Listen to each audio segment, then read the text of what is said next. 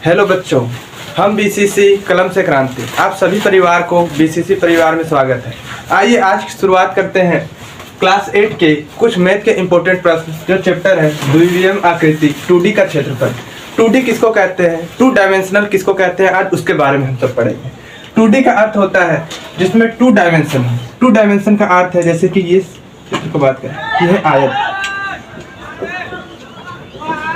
आयत में हम देख रहे हैं हम लोग को इसमें सिर्फ लंबाई और चौड़ाई यानी जिसमें लेंथ और ब्रेथ सिर्फ दिखाई दे उसे हम लोग 2D 2 डायमेंशनल कहते हैं। जिसमें हमको लेंथ और ब्रेथ के साथ हाइट भी हमको प्रदर्शित हो उसे हम लोग 3D कहते हैं। तो 2D के लिए हमें अवश्य पता चला जिसमें लेंथ और ब्रेथ दिखाई दे। उसी प्रकार से अगर वर्ग पे बात किया जाए तो वर्ग जो है वर्ग पे भी लेंथ है और ब्रेथ है, दो ही चीज़ें। यानी लेंथ और ब्रेथ जिस जिस पे हो वो क्या कहलाता है, 2D कहलाता है। जैसे ट्रायंगल पे बात किया जाए तो ट्रायंगल भी क्या है, 2D। फिर इसमें भी हमको लेंथ और ब्रेथ दिखाई दे रहा है। पर 3D किसको बोलते हैं इसको हम लोग आगे पढ़ेंगे। आपको बता दें कि 3D जिसमें लेंथ ब्रेथ और हाइट तीनों चीज़ दिखे, जिस प्रकार से हम ले लेते हैं घन। घन पे यदि बात करें तो हमें यहाँ लेंथ भी दिख रहा, ब्रेथ भी दिख रहा और हाइट भी दिख रहा। इसका अर्थ ये हुआ कि घन जो है वो 3D है। तो हमें एक बात यहाँ से समझ आ रहा है कि 2D आकृति वैसी आकृति होती है जिसमें हमें सिर्फ लेंथ और ब्रेथ प्रदर्शित हो, जिसमें हाइट का हमें प्रदर्शन ना हो, उसे हम लोग बोलते हैं 2D आकृति है, या फिर हिंदी में कहा जाए तो द्विविमीय आकृति के नाम से जानते हैं। आज उसी चैप्टर के बारे में पढ़ना है हम लोग को। द्विविमीय आकृति क्या होती है, इसके बारे में आपके एग्जाम में कैसे प्रश्न पूछे जाते हैं, उस प्रश्नों पर आज चर्चा करने वाले हैं। आपके एग्जाम में सर्वप्रथम प्रश्न 1 जो आता है इस तरीके से आता है, निम्न में कौन 2D नहीं है, 2D नहीं है। ऑप्शन दिया हुआ रहेगा घन, त्रिभुज, सी नंबर में वर्ग, डी नंबर में आयत। यहाँ सब बच्चे गलती करते हैं, प्रश्न को सही तरीका से नहीं पढ़ते हैं। प्रश्न में लिखा हुआ है निम्न में से कौन 2D नहीं है, बच्चे यहाँ समझ लेते हैं इनमें से कौन 2D है। 2D तो सर हमारा त्रिभुज भी है, 2D तो हमारा वर्ग भी है, 2D तो हमारा आयत भी है। तो इनमें से 3D कौन है, घन है। इसका अर्थ यहाँ पे 2D कौन सा नहीं होगा, घन नहीं है। इसीलिए इसका आंसर जो होगा ए नंबर परम सत्य होगा। उसी तरीका से आपके एग्जाम में यह भी प्रश्न देखने को मिलता है कि बताइए निम्न में से कौन 2D है, कौन 2D है। आपसे ऑप्शन दिया हुआ रहेगा घन, घनाभ, शंकु और डी नंबर में आपका लिखा हुआ रहेगा वर्ग। तो ऐसे प्रश्नों में आपको समझना है कि सर घन जो होता है, अभी जैसा कि बताएं घन जो होता है वो कैसा होता है, 3D होता है। घन जो होता है वो 3D होता है। इस कारण से 3D होता है क्योंकि इसमें लेंथ तो होता है, ब्रेथ होता है, हाइट भी साथ में होता है। फिर 3D पे घनाभ पे बात करेंगे तो घनाभ का इस तरीका से, घनाभ में भी क्या है, लेंथ ब्रेथ और हाइट तीनों चीज हम लोग को दिखता है। इसके कारण घनाभ भी क्या हो जाएगा, 3D हो जाएगा। सर शंकु पे बात किया जाए तो शंकु इस तरीका से, यानी इसमें भी हमको लेंथ ब्रेथ और हाइट दिख रहा। तो जिस फिगर में हम लोग को लेंथ ब्रेथ और हाइट तीनों चीज हमें दिखे वो चीज हमारा 3D होता है। जिसमें सिर्फ लेंथ और ब्रेथ दिखे उसको हम लोग 2D कहते हैं। तो वर्ग हो जाए तो वर्ग क्या है, यहाँ पे 2D है क्योंकि इसमें लेंथ और ब्रेथ ही सिर्फ हमें यहाँ दिखाई पड़ती है। तो इसका आंसर जो हो जाएगा डी नंबर यानी वर्ग। इसी तरीका से आगे प्रश्न आपके एग्जाम में क्या आता है, आपसे सिंपल तरीका से कुछ फॉर्मूला से प्रश्न पूछा जाता है। जैसे लिखो रहे वर्ग का क्षेत्रफल का फॉर्मूला क्या है, वर्ग का क्षेत्रफल का सूत्र है और लिखा हुआ रहेगा ऑप्शन में x²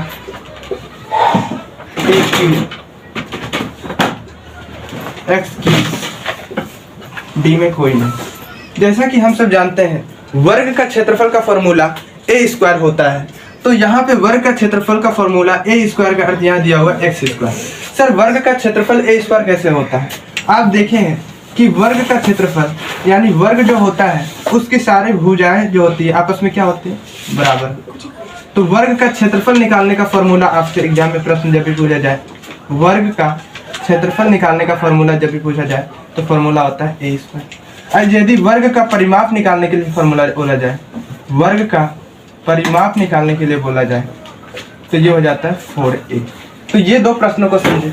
आपके एग्जाम में जब भी आए वर्ग का क्षेत्रफल निकालने के लिए तो यहाँ ए स्क्वायर हम लोग फॉर्मूला जानते हैं, पर ए की जगह यहाँ संख्या x दिया हुआ था, इसीलिए हम लोग x स्क्वायर लेंगे। इस तरीका से आपका प्रश्न देखने को मिलेगा। फिर आगे इसी में बात किया गया है। आपसे प्रश्न इसमें आता है, प्रश्न नंबर 3, प्रश्न नंबर 4। आपसे प्रश्न पूछा जाएगा वृत्त का क्षेत्रफल, वृत्त का क्षेत्रफल क्या है, वृत्त का क्षेत्रफल क्या है। ऑप्शन दिया हुआ रहेगा 1/8 पाई आर स्क्वायर, बी नंबर में 1/4 पाई आर क्यूब, सी नंबर में पाई आर क्यूब और डी नंबर है पाई आर स्क्वायर। तो जैसा कि हम सब जानते हैं वृत्त का क्षेत्रफल का फॉर्मूला पाई आर स्क्वायर होता है, वृत्त का परिमाप का फॉर्मूला 2 पाई आर होता है। तो आज से प्रश्न पूछा गया था वृत्त का क्षेत्रफल का फॉर्मूला क्या होता है, तो वृत्त का क्षेत्रफल का फॉर्मूला हम लोगों ने जाना, वृत्त का क्षेत्रफल का फॉर्मूला पाई आर स्क्वायर होता है। आगे इसी प्रश्नों पे और किस तरीका के प्रश्न आते हैं उस प्रश्नों पे हम लोग चर्चा करते हैं। जैसे लिखा हुआ रहता है यदि वृत्त की त्रिज्या 14 सेंटीमीटर है, 14 सेंटीमीटर है, तो वृत्त का परिमाप ज्ञात करें, परिमाप ज्ञात करें। जब ऐसे प्रश्न आपको देखने को मिले तो कैसे सोल्व कीजिएगा। जैसा कि अभी आप सभी को बताएं वृत्त का परिमाप का सूत्र जो होता है वो 2 पाई आर होता है। तो आइए 2 पाई आर, 2 का 2, पाई का मान कितना होता है 22/7। सर आर जो बात किया गया त्रिज्या को क्या बोलते हैं आर, तो आर कितना दिया होगा 14 सेंटीमीटर। तो आर की जगह हम कितना लिखेंगे 14 सेंटीमीटर, काटेंगे 7 2 जा 14। तो 2 को 22 से मल्टीप्लाई कीजिएगा 44, 44 को 2 से मल्टीप्लाई कीजिएगा 88। तो इस तरीका से, और जब भी हम लोग किसी भी परिमाप को निकालते हैं तो परिमाप में हमेशा सेंटीमीटर लगता है, और जब क्षेत्रफल निकालते हैं तो हमेशा सेंटीमीटर स्क्वायर लगता है। अगर मीटर में दिया हो तो मीटर का स्क्वायर होगा, सेंटीमीटर में दिया हो तो सेंटीमीटर का स्क्वायर होगा। तो यहाँ पे जो आपका आंसर ऑप्शन दिया हुआ रहेगा 22 सेंटीमीटर, 44 सेंटीमीटर, सी नंबर में 88 सेंटीमीटर और डी नंबर में, तो आपको आंसर सही करना है 88 सेंटीमीटर क्या हो जाएगा, परम सत्य आंसर। उसी तरीका से अगला प्रश्न आपके एग्जाम में क्या आता है, प्रश्न 6। एक समांतर चतुर्भुज का, एक समांतर चतुर्भुज का क्षेत्रफल ज्ञात करें, क्षेत्रफल ज्ञात करें जिसका विकर्ण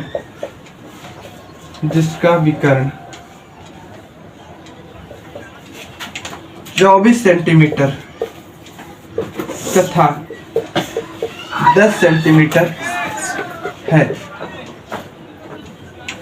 तो ऐसा प्रश्न जब आपको देखने को मिले तो समांतर चतुर्भुज का क्षेत्रफल निकालने के लिए फॉर्मूला क्या होता है। पहले समांतर चतुर्भुज होता कैसे है उसको देखिए। इसमें विकर्ण इस तरीका से होती है, एक विकर्ण और एक यहाँ विकर्ण। आपसे बोला गया एक विकर्ण है जिसकी लंबाई कितना दिया गया 24 सेंटीमीटर, और दूसरा विकर्ण है जिसकी लंबाई दिया गया है 10 सेंटीमीटर। सर विकर्ण को इंग्लिश में डायगोनल बोलते हैं। डायगोनल का अर्थ ये होता है समांतर चतुर्भुज के क्षेत्रफल का, अगर फॉर्मूला पे बात करें समांतर चतुर्भुज का क्षेत्रफल, तो समांतर चतुर्भुज के क्षेत्रफल का फॉर्मूला होता है 1/2 d1 इंटू में d2, 1/2 का 1/2। सर d1 कितना दिया, यानी पहला डायगोनल विकर्ण कितना दिया सर 24 सेंटीमीटर, तो लिखेंगे 24। फिर दूसरा d2 यानी दूसरा डायगोनल कितना दिया हुआ 10 सेंटीमीटर, तो लिख देंगे 10 सेंटीमीटर। इसको जब हम लोग कट करते हैं 2 1 जा 2, 2 2 जा 4, 12 को 10 से मल्टीप्लाई कीजिएगा आ जाएगा 120। तो हम लोग को पता चला कि जब किसी भी चीज का क्षेत्रफल को निकालते हैं तो यहाँ पे क्या लगाते हैं सेंटीमीटर स्क्वायर। तो इसका परम सतह आपका ऑप्शन दिया हुआ रहेगा 114 centimetre square, 116 centimetre square, 120 centimetre square और डी नंबर में कोई नहीं। तो आपका आंसर जो होगा 120 सेंटीमीटर स्क्वायर परम सतह होगा। इसी तरीका से और भी प्रश्न आपके एग्जाम में पूछा जाता है और इसी तरीका से आपको सोल्व करना है। उस प्रश्न को हम चर्चा करने वाले हैं। जैसे आपका प्रश्न दिया हुआ रहेगा, एक समांतर चतुर्भुज, एक समांतर चतुर्भुज का क्षेत्रफल 120 सेंटीमीटर है तथा विकर्ण 24 सेंटीमीटर है, तो दूसरा विकर्ण क्या होगा? दूसरा विकर्ण क्या होगा?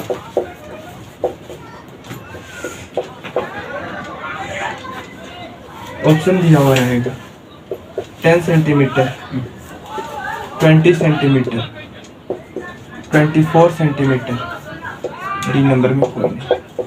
ये प्रश्न आपका जिस तरीका से समांतर चतुर्भुज का क्षेत्रफल 1/2 d1 × d2 का फॉर्मूला लगा के बनाए, इसी फॉर्मूला से आपका ये प्रश्न भी बनेगा। हम आशा करते हैं कि यदि आप लोग इस प्रश्न को समझे होंगे तो इस प्रश्न का उत्तर आप लोग स्वयं बना सकते हैं। इस प्रश्नों का जवाब आप सब कमेंट में अवश्य दें, तभी हमें लगे कि ये प्रश्न को आप लोगों ने बेहतर तरीका से समझा था। इस प्रश्न का जवाब बिल्कुल यही फार्मूला से बनेगा, 1/2 इंटू में d1 इंटू में d2। इस फार्मूला का प्रयोग करके आप समांतर चतुर्भुज का क्षेत्रफल निकाल के अवश्य कमेंट करें। यदि आप इस प्रश्नों का जवाब नहीं पा सकते हैं तो आप अगले क्लास में आपका इसी प्रश्न से हम शुरुआत करेंगे और इस प्रश्न का जवाब को हम लोग बताएंगे। ये प्रश्न आप सभी के लिए होमवर्क के तौर पर दिया था। धन्यवाद।